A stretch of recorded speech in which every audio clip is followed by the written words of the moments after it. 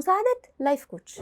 لما تكون بتفكر في حاجة خاصة بمستقبلك، أمور كتير بتحيرك ومش عارف تاخد فيها قرار، تهاجر ولا تفضل في البلد، تشتغل في المكان ده ولا تشوف مكان تاني، تتجوز ولا لأ، يعني بتكون محتار ما بين سكتين.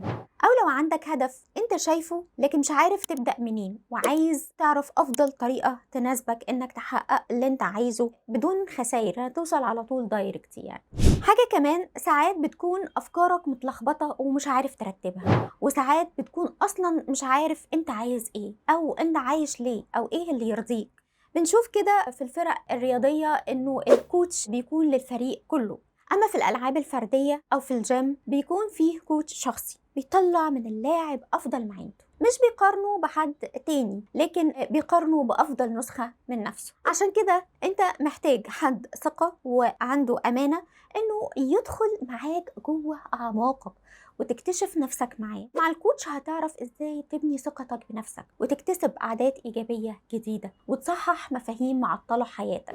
اللايف كوتش بيكون مرايتك، بينور قدامك علامات تشوف بيها الصورة أكبر، مش بينصحك أو يفرض عليك رأي، بل بالعكس انت اللي بتاخد القرار. هو بيحفزك بس انك تكمل وتوصل للي انت عايزه. اللايف كوتش دوره انه يساعدك تعيش بإيجابية وتحقق السعادة وتقود حياتك بنفسك. باختصار، اللايف كوتش هو الشخص اللي بيساعدك تكون النسخة أفضل من نفسك.